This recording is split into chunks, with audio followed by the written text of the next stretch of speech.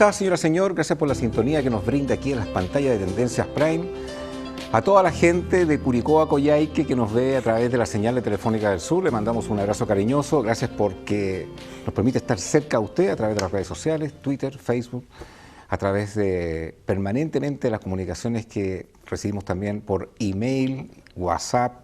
A la gente que nos ve en Santiago a través de la señal de GTV Manquehue, también un abrazo cariñoso. Hoy vamos a hablar acerca de la eutanasia. Hashtag CDB-eutanasia, ahí puede empezar a debatir a través de las redes sociales. Nos acompaña la doctora Paulina Taboada, médico internista, doctora en filosofía.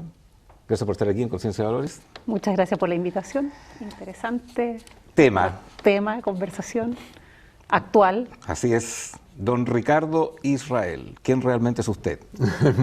Muchas gracias por la invitación. La gente debate, debate, Sí, y hemos recibido también, cuando ha participado en nuestro programa, muy buenos elogios de su contenido, la participación en cada uno de nuestros programas. Sí. Es que tengo de mi madre al resto de la familia escribiendo, participando en las redes sociales. Nos acompaña el exdiputado Ramón Farías, actor. ¿En qué está Ramón Farías? Extraña mucho el Parlamento, ¿no? La política. ¿De verdad? Sí, de verdad, de verdad. Estoy pasando muy bien. Sí. Estoy con mi espectáculo que se llama Ramón Farías Cesante. Sí. Ahí estamos bien, en el teatro, vuelto al teatro y estoy fascinado en el teatro nuevamente. Pero muchos años en la política y después volver al teatro. Son 24 años en la política y bueno, pero casi el mismo tiempo de actor. Y ahora volver a reencontrarme con las raíces es muy bonito, aunque está muy cambiado el ambiente, muy distinto. Después de 25 años, 24 años. Sí, pues la televisión está distinta, el teatro también está distinto. ¿Y el Parlamento se extraña? ¿La verdad? Sí, la verdad. No, nada. No. Se me han quitado los achaques, me siento mejor. Está más relajado, está más juvenil. Aunque sí, de repente a uno le dan ganas cuando uno empieza a escuchar los debates que de pronto se arman por televisión, dan ganas de meterse y de decir, ya, yo quiero opinar, yo tengo opinión, yo estuve metido en eso, en esa discusión en su momento. Pero bueno, ya estamos en otra etapa. Hoy vamos a hablar de un tema súper debatible, la eutanasia. Los quiero invitar a ver el siguiente video para introducir este tema. Miren.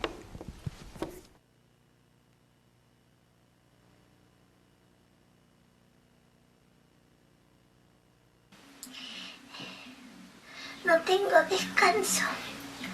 Es algo tan terrible que no puedo descansar, ni de día ni de noche. Solo pido descanso.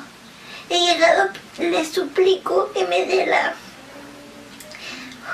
eutanasia, porque ya no soporto mi cuerpo, no soporto no poder apoyarlo.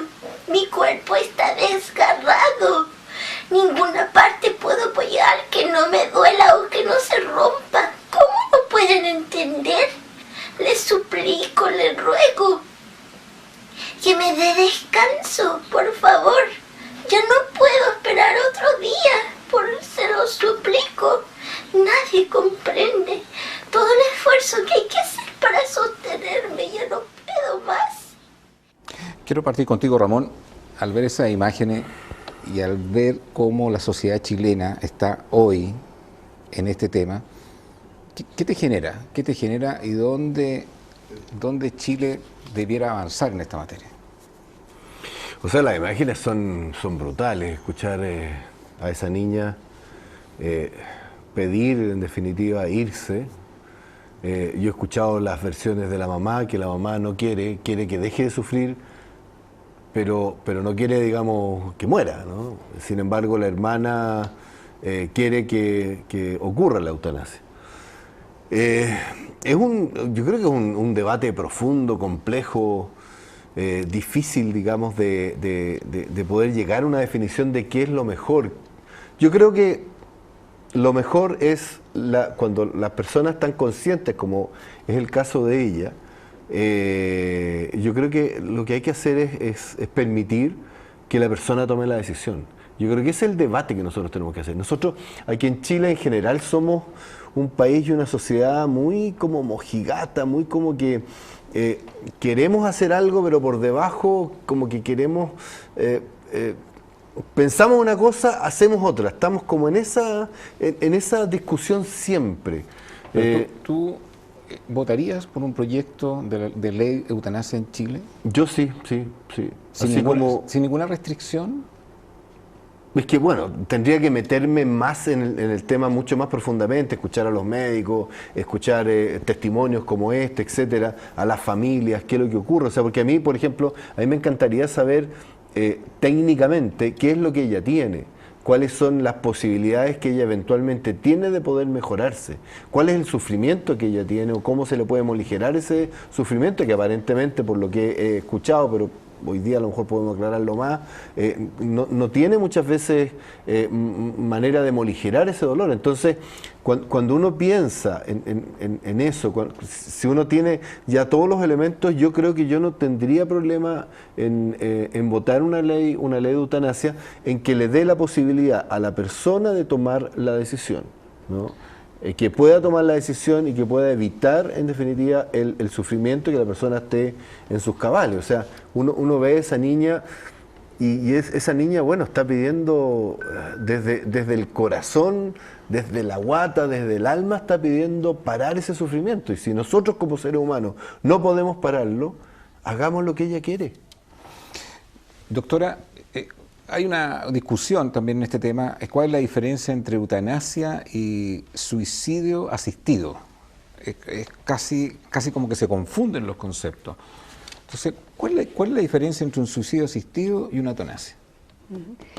Es verdad que en general hay mucha confusión y que es bueno partir por aclarar los conceptos.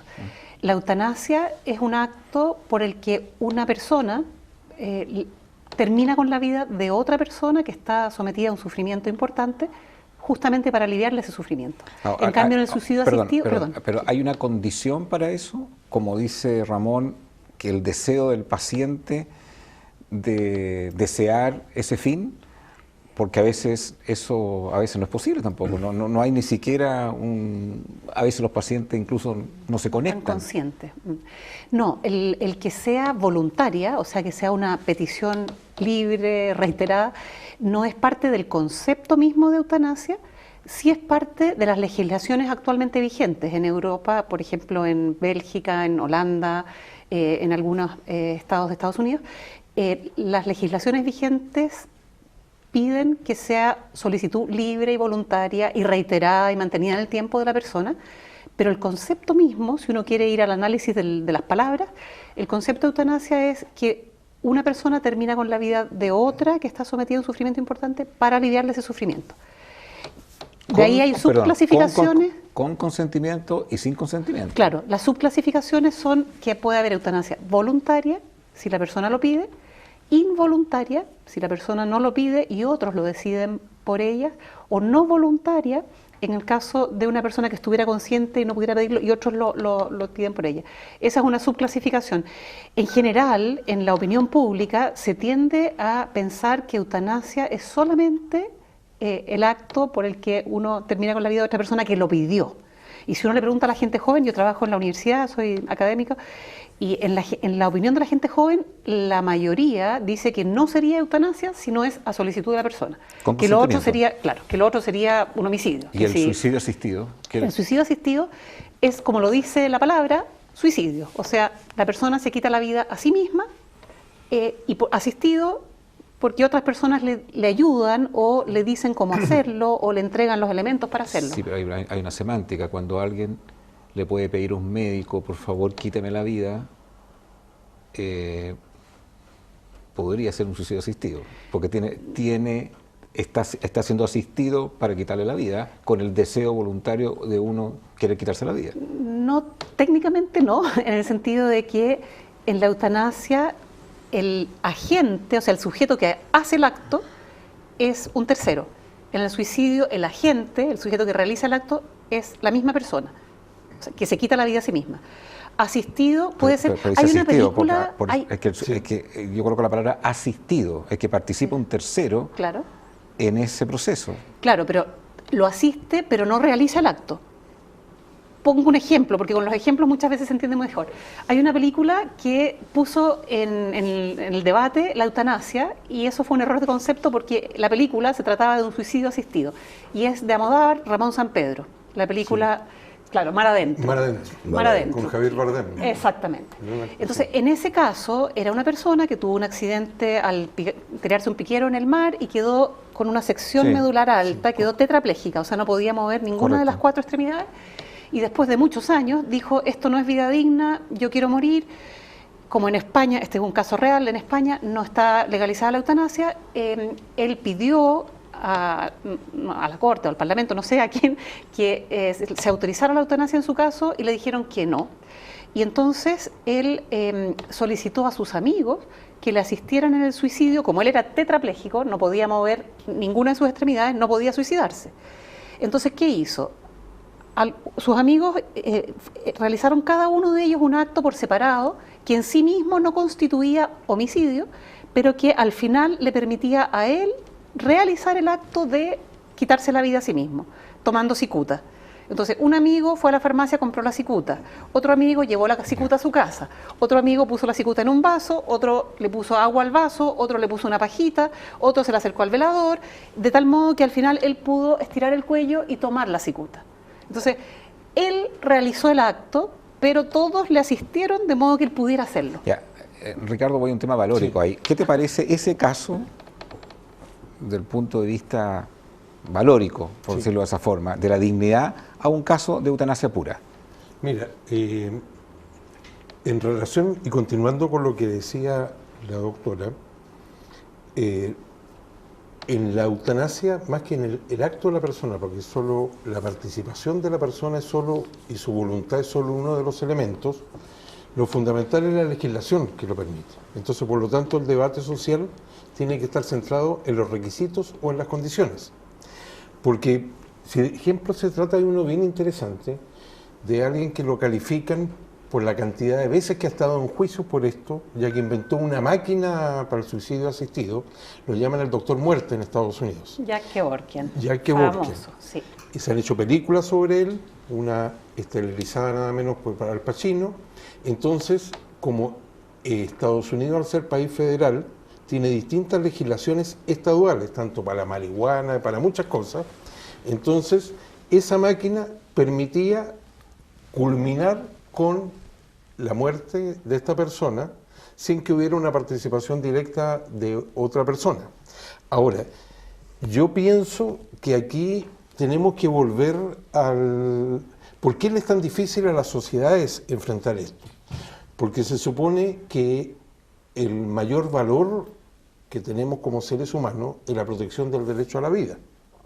Y aquí lo estamos cuestionando. Yo creo que particularmente quienes tienen el juramento de aliviar el dolor y de proteger la vida, como son todos los que participan en la profesión médica, son particularmente desafiados por este tipo de cosas. Si tú quieres mi opinión personal, yo creo que uno tiene que hacer la distinción entre el tema ético y el tema de valores.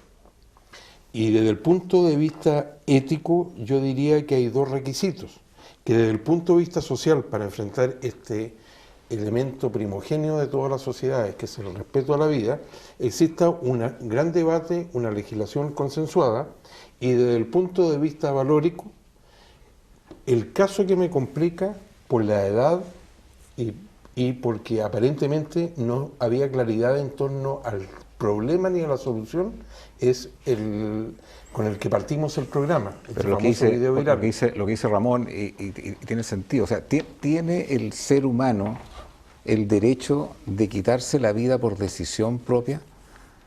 ¿Tiene esa libertad? Yo creo que uno tiene derecho sobre... O sea, mi derecho termina donde empiezan los derechos de los otros. Y por lo tanto, así como la discusión sobre el aborto en 3 causales o la interrupción del embarazo en 3 causales se basó también en la decisión, o sea, muchos argumentos tenían que ver con la decisión que la mujer tenía que dar sobre su cuerpo respecto a si había sido violada, etcétera, etcétera, y poder, digamos, tomar una decisión. Yo creo que en este caso es más o menos similar, o sea, si la persona puede tomar una decisión y quiere tomar una decisión, como el caso, por ejemplo, de esta niña, ¿por qué no va a tener derecho a hacerlo? O sea, mira, cuando yo digo que la sociedad aquí es un poquito cínica, digamos, o sea, a mí me impresiona porque esta misma gente que de repente está en contra de la eutanasia, que está en contra del aborto, no se demoran un ápice en decir maten a todos los ladrones, que haya pena de muerte, etcétera. O sea, ahí tomemos la vida para un tipo que roba, para un tipo que mata a otra persona.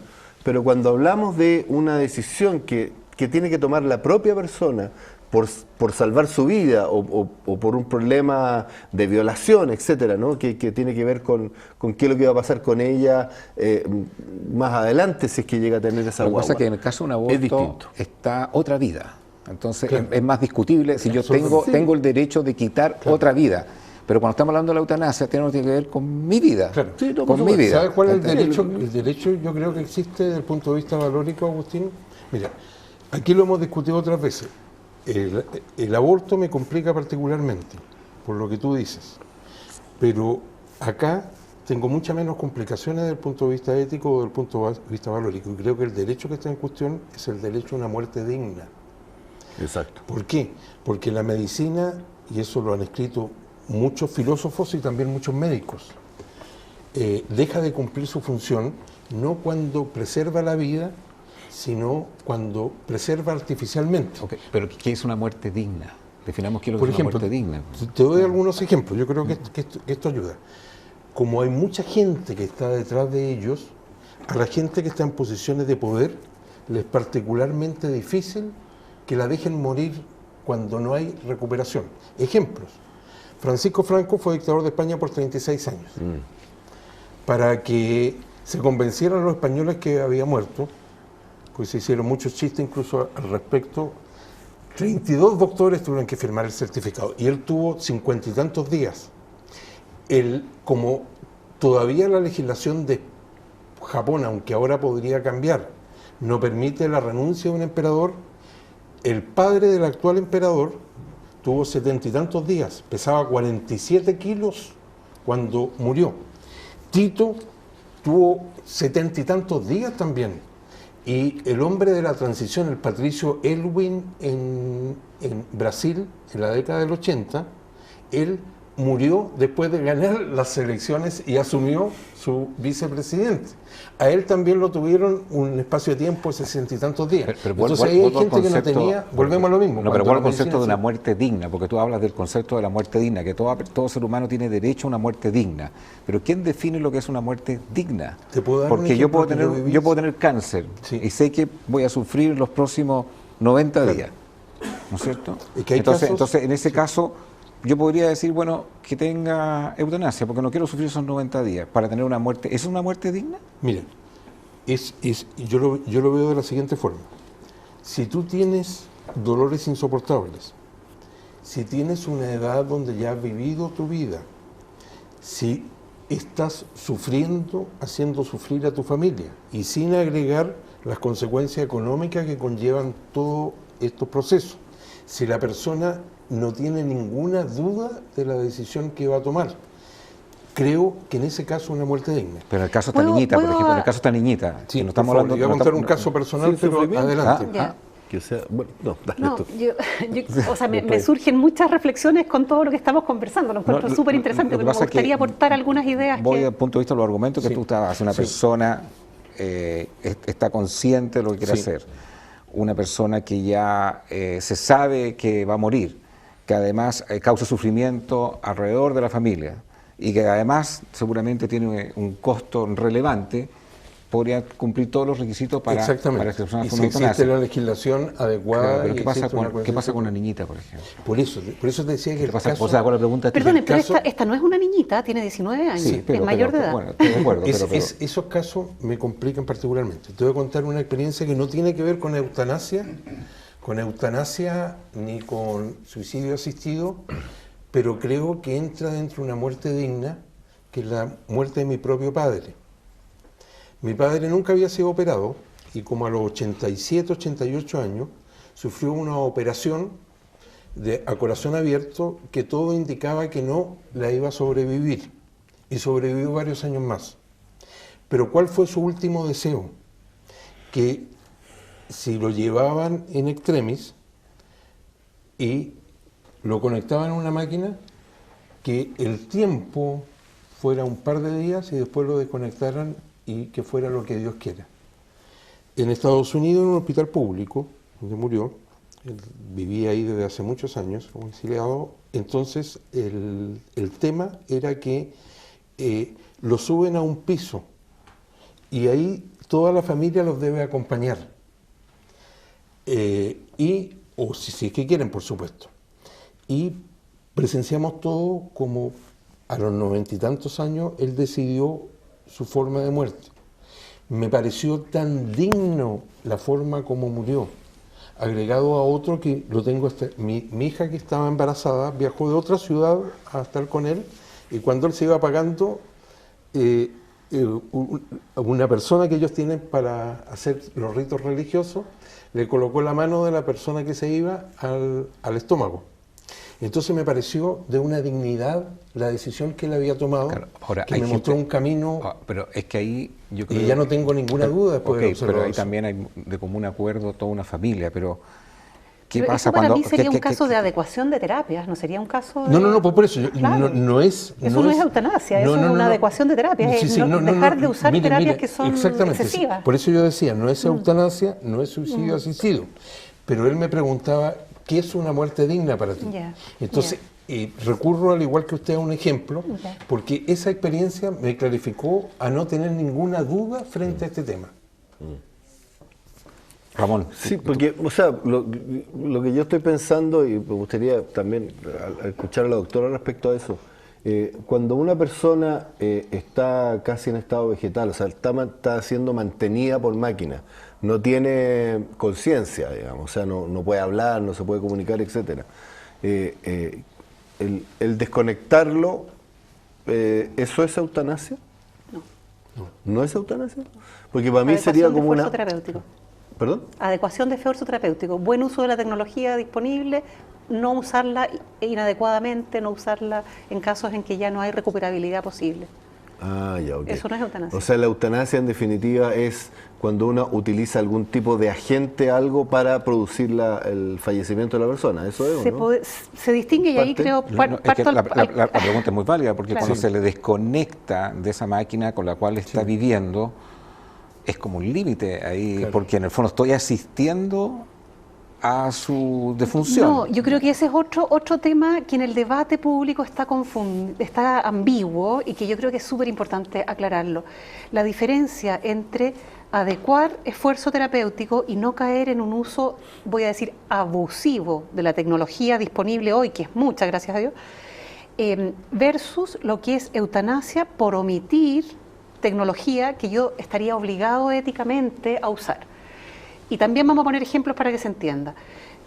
La situación que describí así de alguien que está en coma, vamos a poner el ejemplo extremo, muerte cerebral, que es una condición clínica irreversible. O asistido para que respiren. Lo que pasa es que asistido por un ventilador puede estar alguien que tiene una neumonía que es reversible y ese es un uso adecuado de la tecnología. O asistido puede estar un joven que tiene un accidente automovilístico y tiene un traumatismo encefalocraneano y que hay que asistirlo por un tiempo para que se recupere. Para eso surgieron los respiradores.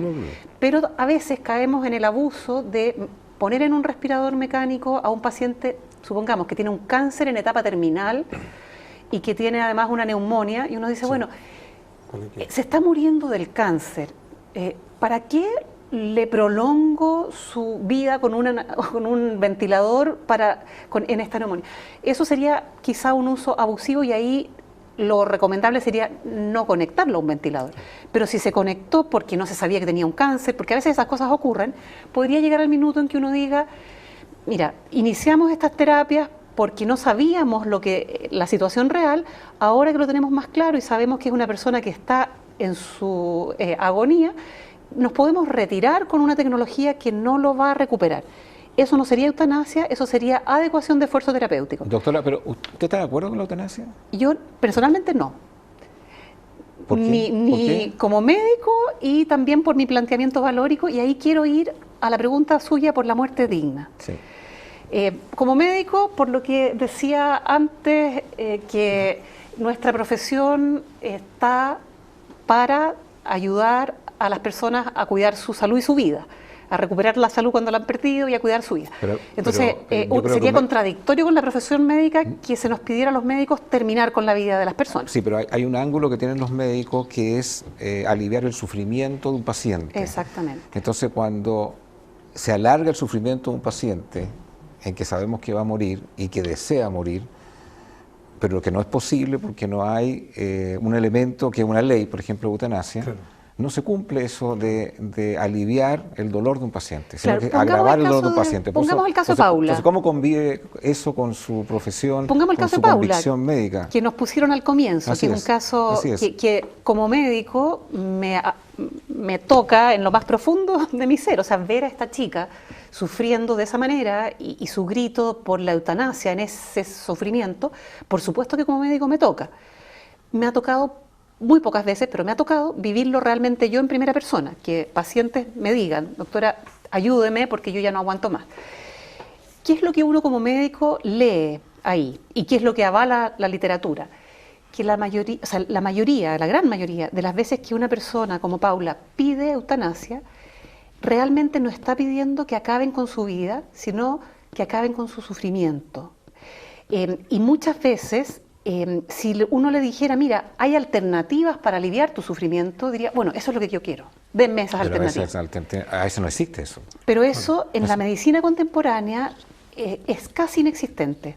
Hay hoy día la medicina paliativa, que es una rama de la medicina, que por lo demás es la rama que a mí me gusta, cuenta con herramientas terapéuticas para aliviar prácticamente el 100% de las causas de sufrimiento físico, psicológico y espiritual.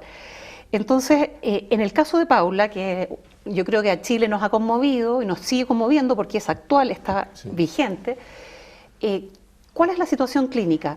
No tenemos diagnóstico. ¿Por qué la mamá de Paula lo que está pidiendo es al presidente, por favor ayúdeme a encontrar un diagnóstico en la enfermedad de Paula? Porque lo primero que tenemos que hacer como médicos es saber qué le está pasando para saber si la medicina contemporánea tiene herramientas para aliviarla. Si no sabemos lo que le está pasando, lo primero que tenemos que hacer es aclarar el diagnóstico. Si lo sabes y cuando te coloco puros, no se puede. Y está en esa condición. Yo me pregunto si es realmente libre, apoyabas mucho la libertad de decidir, ¿no?, sobre la propia vida. Si es realmente libre la petición de alguien que está a ese nivel de angustia. Y me lo planteo de verdad porque lo he visto en la práctica clínica, que cuando alguien está sometido a un sufrimiento importante, dice, ¿sabes qué? Córtame el brazo, no aguanto más. Pero en la medida en que uno puede aliviar eso, la persona realmente no es eso lo que quería. Lo que quería era no seguir con esa situación insoportable. Mi pregunta es, yo entiendo el raciocinio, me parece bien, pero yo te preguntaría o te diría, ella está haciendo ahí en el video, está directamente diciendo, me duele todo, se me quiebra todo si me muevo, nadie me da una solución. No sé, imagino yo que le deben poner morfina, no tengo idea, digamos, o no la tiene la solución. Y no hay caso, digamos, de que se le quiten los dolores. Esa niña está pidiendo eutanasia. Entonces, ¿qué le dirías tú a ella? Porque no hay, hasta el momento no hay más, o sea, lo único que ha habido para ella ha sido dolor, y no tiene ninguna expectativa de vida. A lo mejor si se le aplica, no sé, mucha morfina o lo que sea, la van a dejar atontada, sin teóricamente dolor, pero atontada. ¿Eso es vida? Entonces la pregunta es, ¿qué le dirías tú a ella directamente a los ojos? Le diría, mira Paula, espérate, aguántate un par de años más porque puede que encontremos una solución a tu problema, mientras ella sigue creciendo, sigue sufriendo y se le siguen rompiendo los huesos, no sé, digamos, qué es lo que exactamente le pasa. ¿Cuál sería un poco la posición? Encuentro súper linda tu pregunta porque me pone en el escenario más propio de un médico, ¿no? ¿Qué le diría yo a la persona a los ojos? Que la veo que está sufriendo. Yo por algo estudié medicina, porque me interesaba ayudar a la gente que está sufriendo. Yo le diría, Paula, no sabemos realmente qué es lo que te está causando este sufrimiento. Entiendo que estás teniendo un sufrimiento insoportable. Créeme que yo quiero hacer todo lo que esté de mí para ayudarte. Pero me gustaría que nos permitas tratar de entender qué es lo que te está causando este sufrimiento. En este momento no lo sabemos. yo no sé dónde se han hecho los estudios de Paula, pero lo que sé, porque sea por los medios de comunicación, que tampoco sé qué tan actualizada está esa información, que no se tiene diagnóstico.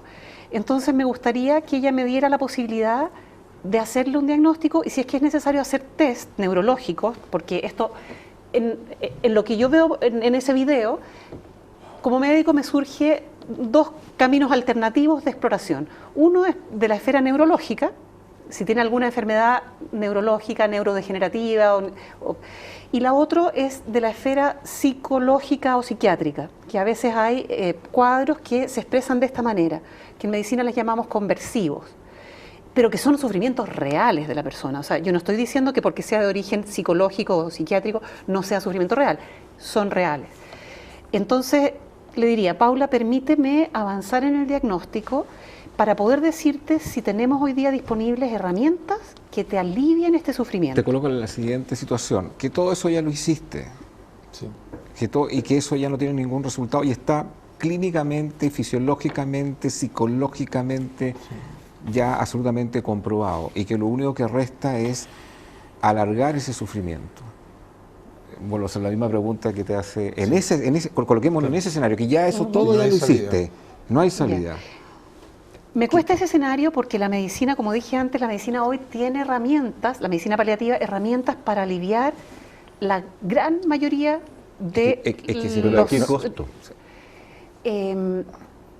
No, bien no estoy hablando de usado. costo económico. No, sí, yo sé, costo a lo mejor de compromiso de conciencia.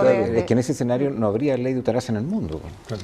¿Sabes lo que O sea, pasa? no Yo creo, en existiría relación a lo que la dice la eutanasia. doctora, yo creo que hay dos escenarios que complican mucho a los médicos. Uno, cuando la opinión médica va en contra de la familia, y segundo, cuando se judicializa.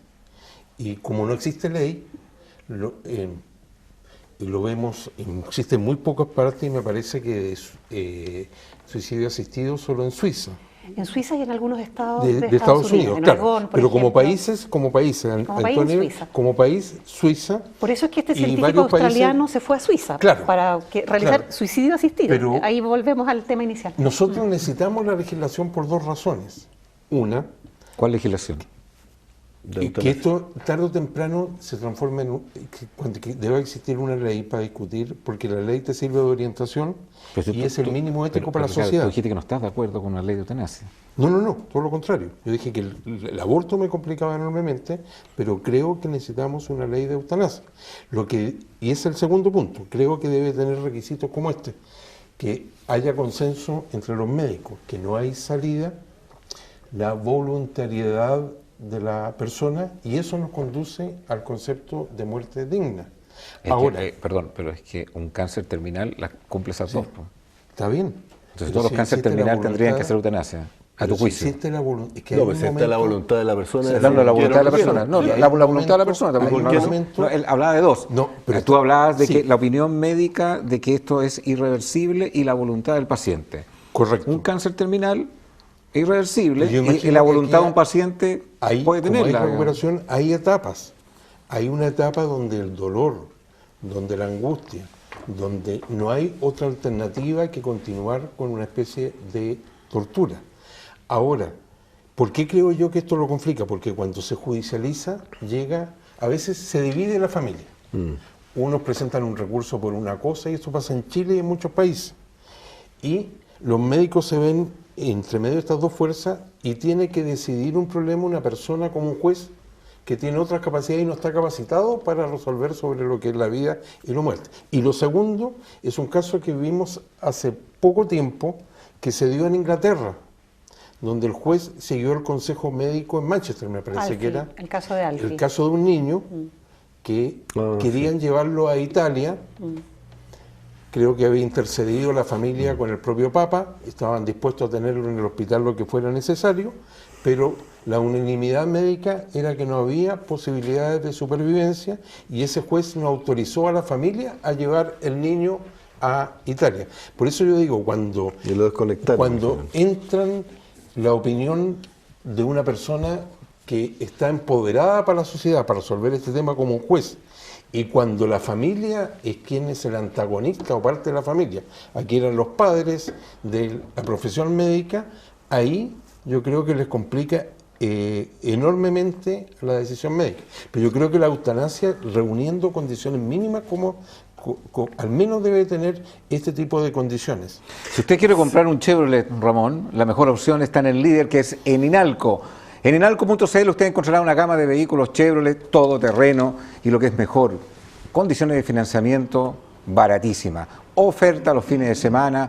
Vaya a las sucursales en www.inalco.cl y encontrará la mejor oferta, los mejores descuentos, el mejor financiamiento, sale asegurado incluso de la concesionaria. Inalco.cl, la mejor opción al momento de comprar un Chevrolet. ¿Tú ibas a acotar algo? No, en definitiva, sí, o sea, yo creo que aquí el punto es hasta qué momento uno éticamente tiene que prolongar la vida de una persona cuando esa vida, cárcel terminal, o está vegetal y no tiene ni una posibilidad de poder seguir, y uno artificialmente le sigue manteniendo la vida, o a un cáncer terminal le sigue poniendo distintos tipos de medicamentos para que aguante, pero la persona está tremendamente deteriorada. ¿Hasta qué punto nosotros como seres humanos debemos seguir manteniendo esa vida? ¿O hasta qué punto a una persona que está en sufrimiento constante podemos tomar nosotros la decisión por ella de seguir prolongándole la vida? O sea, vuelvo a insistir con lo de Paula.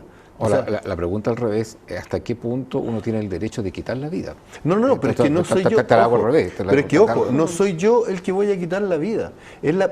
Por un lado, sí, hay dos casos. Alguien tiene que ayudar a quitar la vida. No, pero espérate, pero hay dos casos. Uno, que uno puede tomar la determinación para el tema de la eutanasia.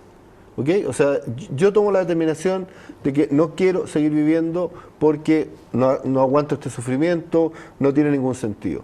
Y el otro tiene que ver con, yo sé que no es exactamente de eutanasia, pero cuando a una persona se le está prolongando la vida a través de máquinas, artificialmente en definitiva, yo creo que ahí es donde nosotros tenemos que actuar, y hablando del tema de la muerte digna, decir, ok, a esta persona, ¿qué saco yo con tenerla con máquina? ¿Qué saco yo con tenerla con un respirador, metiéndole no sé qué, etcétera, digamos, a la persona para seguir manteniéndola? ¿Por qué no dejamos que la vida tome su rumbo, la desconecto, y la vida sabrá qué es lo que hace?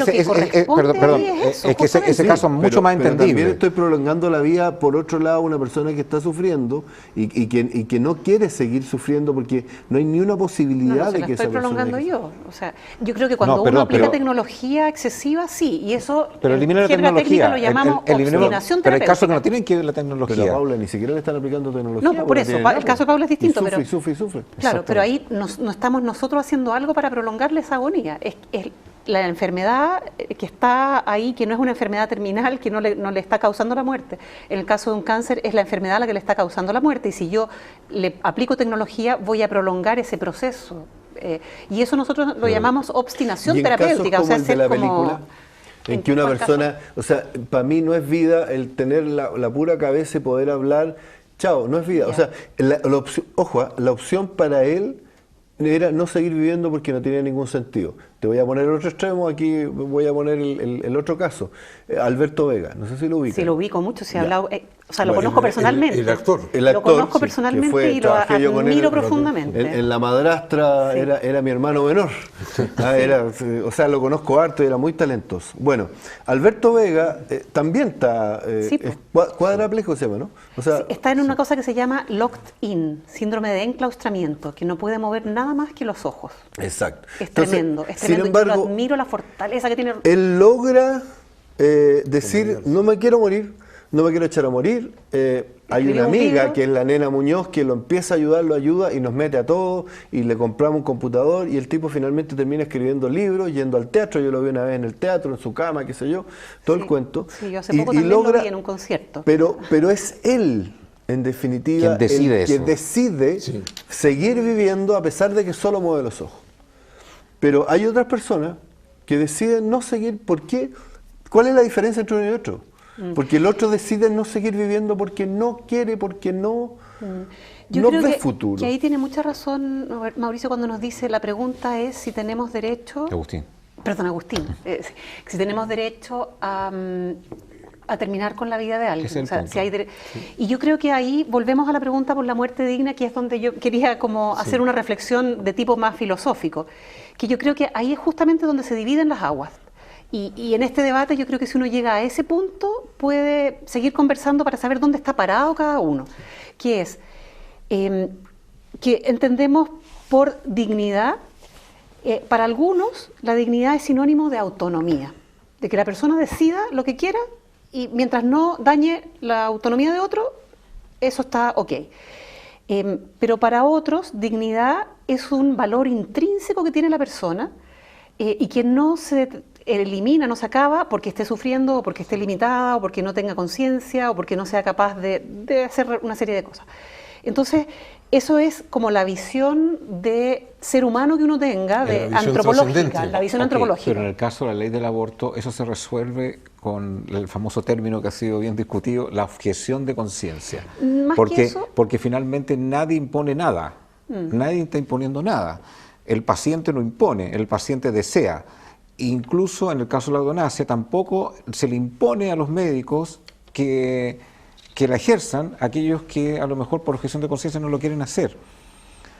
Entonces, vuelvo a la pregunta que dice Ramón, o sea, ¿hasta qué punto uno es privado de derechos, limitado de derechos, y hasta qué punto uno tiene derechos que finalmente no son derechos de uno, como el derecho a la vida, por ejemplo? En mi postura, porque vuelvo a estas dos posturas en definitiva, la postura, llamémosla así, liberal, o la postura realista. Yo estoy parada en la postura realista, que significa que yo considero que la vida es un bien indisponible, que es el bien humano más básico que hace posible todos los otros bienes humanos, como son la amistad, la familia, el conocimiento, la libertad, el ejercicio de la libertad, de la autonomía. Entonces, si no estoy viva, no puedo realizar ninguno de esos otros bienes. Entonces, me parece que en una sociedad democrática el respeto por ese bien humano más básico y fundamental debería ser incondicionado. Y por eso mi postura de que la vida no es disponible.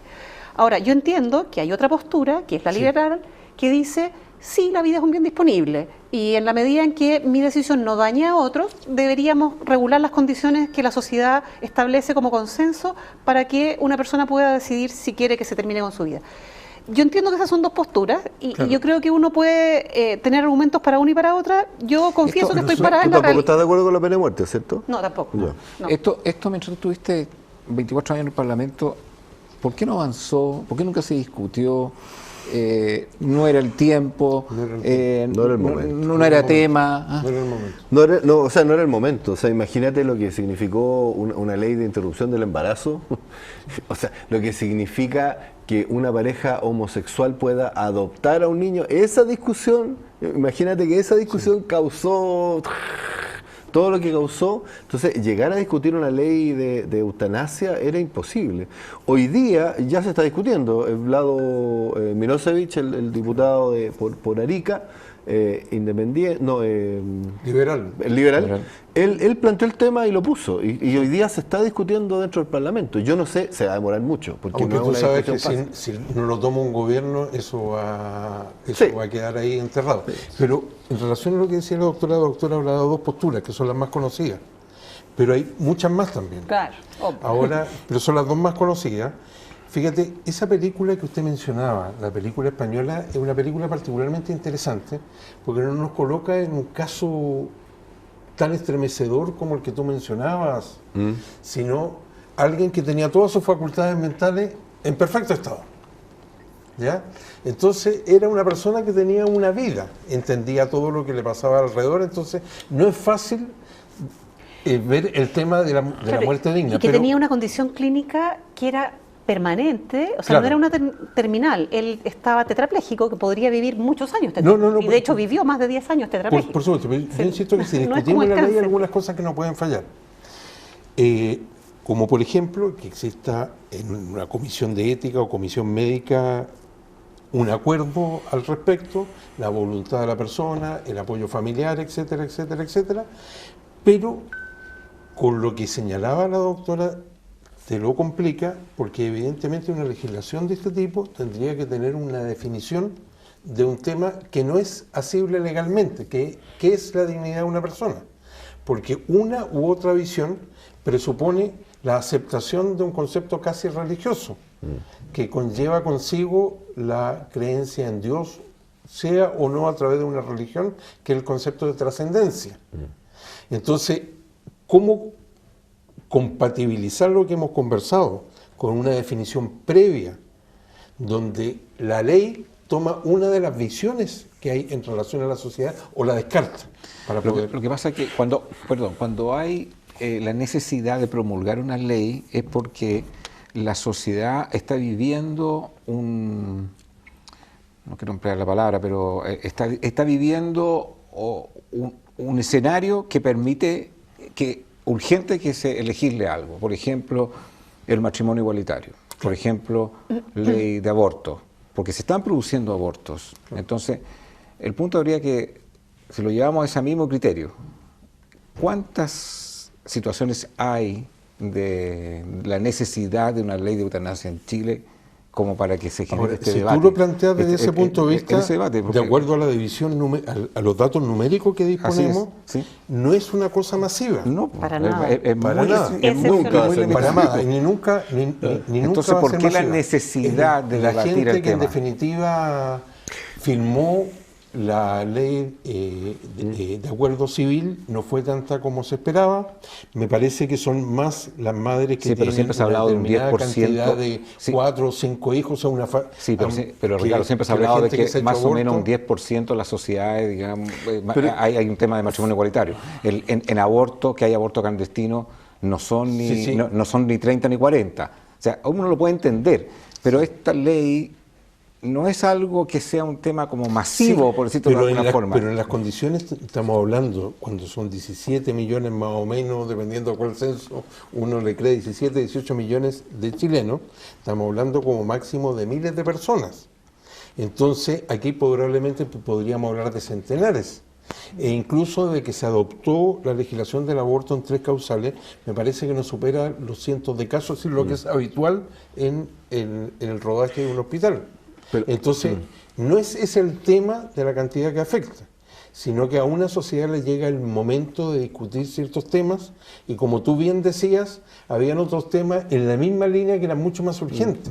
Pero yo creo que este tema al país ha avanzado o ha madurado o ha retrocedido, como quieran que lo llamen, lo suficiente como para que pueda ser discutido en los próximos años. Mira, Chile es el país en Latinoamérica que más leyes tiene. Nosotros, cualquier cosa, armamos ley y hacemos ley. Y ahora esta discusión que hay entre la sequía legislativa y no sé qué, para mí es una discusión totalmente muy política, porque si uno se mete al Parlamento, yo que estuve allá adentro, hay miles de leyes que uno podría echar mano y empezar a echar entre medio unas cuantas mías, digamos, que están ahí dando vueltas y que nunca las pescaron porque ponían otras cosas encima que es teóricamente urgente. Pero, ¿sabes?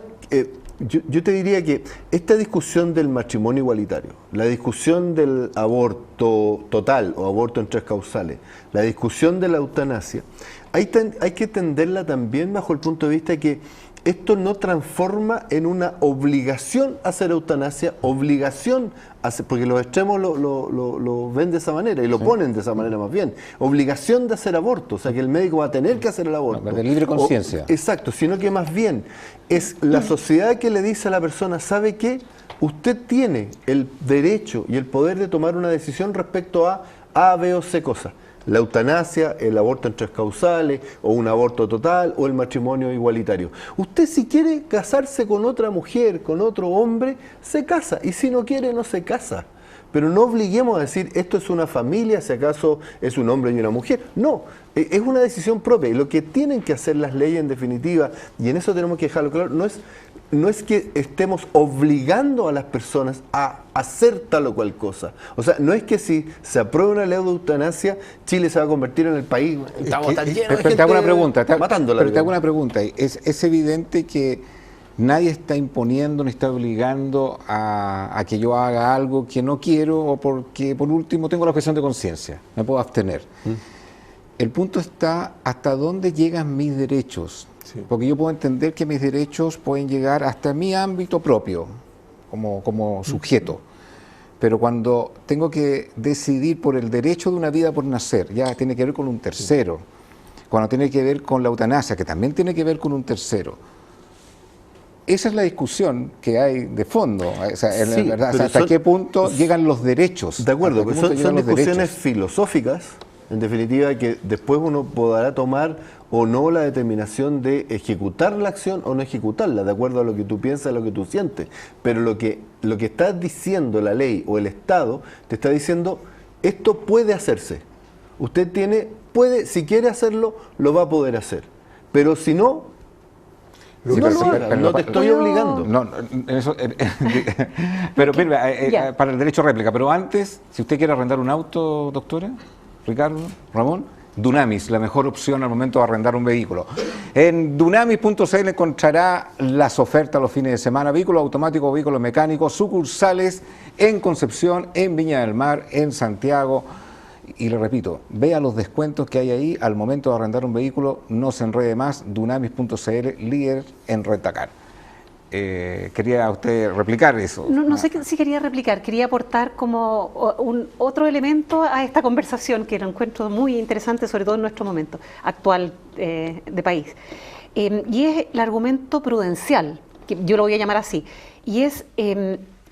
lo estoy tomando, en realidad no es original mío, lo estoy tomando de una comisión que se formó en Estados Unidos, en Nueva York, cuando estaban debatiendo si legalizar o no la eutanasia en el estado de Nueva York. Y llegaron a la conclusión de que era más prudente no legalizarla porque, decían, dado las desigualdades que hay en el sistema de salud, las inequidades, y dado el fracaso del sistema de salud en el tratamiento de enfermedades como las depresiones, les parecía que los beneficios posibles sociales de la legalización de la eutanasia no podían compararse con los peligros, los riesgos sociales de legalizar esta práctica, porque en definitiva lo que iba a pasar era que las personas más vulnerables iban las que iban a llegar al camino de la eutanasia. Y por personas más vulnerables digo los que no recibieron tratamiento adecuado para su cáncer, los que no tenían tratamiento para la depresión porque no tenían plata para los remedios. Y yo digo, si eso lo concluyeron en Estados Unidos, ¿cuánto más no nosotros en Chile? Que tenemos un sistema de salud Estoy de que acuerdo está que eso tan podría entenderse desde el punto de vista de políticas públicas de salud. Sí, pues. Pero vuelvo al punto que menciona Ramón. Hablemos de un tema de derechos. Para mí el derecho es el derecho a buena medicina paliativa que todavía no está garantizado en Chile. Yo diría, primero tenemos que llegar a eso. Pero y cuando no después existe la medicina podemos... paliativa, o sea, cuando la medicina que le coloques, si no la tenemos, no podemos decir, ok, vaya a la está garantizado eutanasia. en Estados Unidos. No, te coloco todo. Colócale todos los recursos médicos, colócale toda la medicina, todo lo que pueda, y un paciente dice, yo, por favor, párame este sufrimiento. En esta porque condición no quiero seguir viviendo. ¿Qué pasa con ese derecho? Tenemos que tener una ley. ¿Es un derecho que yo lo tengo por per se de mi vida, o es un derecho que no lo tengo? Ese es el punto. Bueno, yo ya dije mi planteamiento. Que no lo tengo. Aquí tenemos diferentes posturas y yo creo que es legítimo, es válido. Yo creo que no tenemos ese derecho a quitarnos la vida porque la vida no es un bien disponible, no es un bien patrimonial del que yo pueda disponer. La vida es un bien intrínseco que se identifica con mis... Pero, doctora, tomando el caso de la película, que es real, por otro lado. O sea, una persona que está cuadraplégica no está sufriendo físicamente, no tiene sufrimiento, por lo menos en la película así se veía, digamos. Claro. Sino Él que, argumenta él es capaz de argumentar en la claro, corte. y estaba tema. súper claro la persona, pero sin embargo esa persona no quiere seguir viviendo porque esa no es calidad de vida. O sea, Sí. la persona no puede hacer nada, no puede tener una pareja, no puede, no sé, nada, absolutamente nada si no es asistido con alguien. Entonces, esa persona considera que su vida no es una vida, sino que es un ente que está ahí, que puede hablar y pensar y chao, y no quiere hacer nada No más. tiene dignidad. Que no tiene ¿Por dignidad, qué porque esa en el persona- fondo es una vida, o sea, uno no podría... Porque esa desde el punto persona de no va a tener el derecho de decir, ¿saben qué?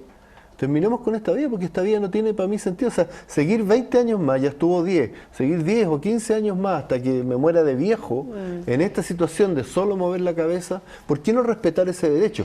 Quizá, yo no lo haría, porque yo creo que cuadrapléjico optaría por el camino de Alberto Vega que el otro, digamos, Claro. pero ¿por qué no respetar ese derecho? Ya, yo voy a poner la misma película, las escenas de esa película, que la analizamos con frecuencia con los alumnos, como argumento. si uno se fija en los argumentos de Ramón Sampedro mismo, él dice, no, esta no es vida digna, yo así no quiero vivir, mi vida no tiene sentido, no puedo hacer las cosas que me gustan, y uno lo entiende, es tremenda la situación en la que está, yo no quisiera estar en esa situación, nadie. Pero si uno mira los que lo rodean, su familia, el sobrino que le ayudó a construir una silla de ruedas y poder conectarse, a usar un computador como Alberto Vega, la familia que lo cuidaba, la amiga esta, Rosa, que hasta se enamoró de él, y el sufrimiento de ellos con la petición de él, era como, para nosotros es tan importante que tú estés aquí, te queremos, y tú dices que no quieres estar con nosotros. Entonces, esto de que mi libertad llega hasta donde llega la tuya, ¿por qué la libertad de él tiene que primar sobre la libertad de sus seres queridos que lo querían tener ahí? Por eso necesitamos algunos elementos mínimos. La familia o la gente que lo rodea, indudablemente el afectado o la afectada, y lo que ha estado planteando varias veces Agustín, en el sentido que hay un momento en que la medicina al nivel actual es impotente, donde los médicos están de acuerdo que no hay nada más que puedan hacer ni siquiera para aliviar esto. Esos son como los requisitos mínimos. Lo que me preocupa de un debate en Chile es la experiencia que hemos tenido con los debates anteriores. De hecho, ninguna ley va a colocar al fin ninguna decisión judicial al debate. Uno tiene el caso de Estados Unidos, hay decisiones judiciales y hay leyes frente al tema del aborto, y Estados Unidos sigue tan dividido, a pesar de eso, como estuvo desde el primer día. Ahora, en relación a este tema, el debate siempre se ha presentado no en la forma como racional, sino de descalificatorio. Si tú ves, en todos estos temas se ve como un paquete. Tú estás con el matrimonio igualitario, tú estás con el aborto, tú estás con la eutanasia. Dos bandos. Dos bandos. Y dos bandos que parece el Twitter, porque en el debate público, que debería ser elevado, lo único que hacen es descalificarse mutuamente. Cuando no hay una ley de aborto libre, siempre se ha hablado de que hay abortos clandestinos. ¿Se hace igual? Sí, se hace igual. Cuando no hay una ley de eutanasia, ¿ustedes creen que hay suicidio asistido? Yo creo que hay eutanasias clandestinas, iría incluso más lejos. ¿Sí? Suicidio asistido sí también, Sí, y eutanasia también. ¿Eutanasia clandestina? Sí. Clandestina sí. ¿En los hospitales? Sí. Y pienso que en Chile los hay también. Y eso lo ha habido desde los griegos. O sea, desde los griegos ¿Cómo podría haber existe. una eutanasia clandestina? Por ejemplo, súper fácil. Yo como médico podría, y en mi mismo hospital, que es un hospital católico, de la Universidad Católica, podría en teoría, así como, Sí. no lo voy a hacer porque no va con mis valores, pero sí. podría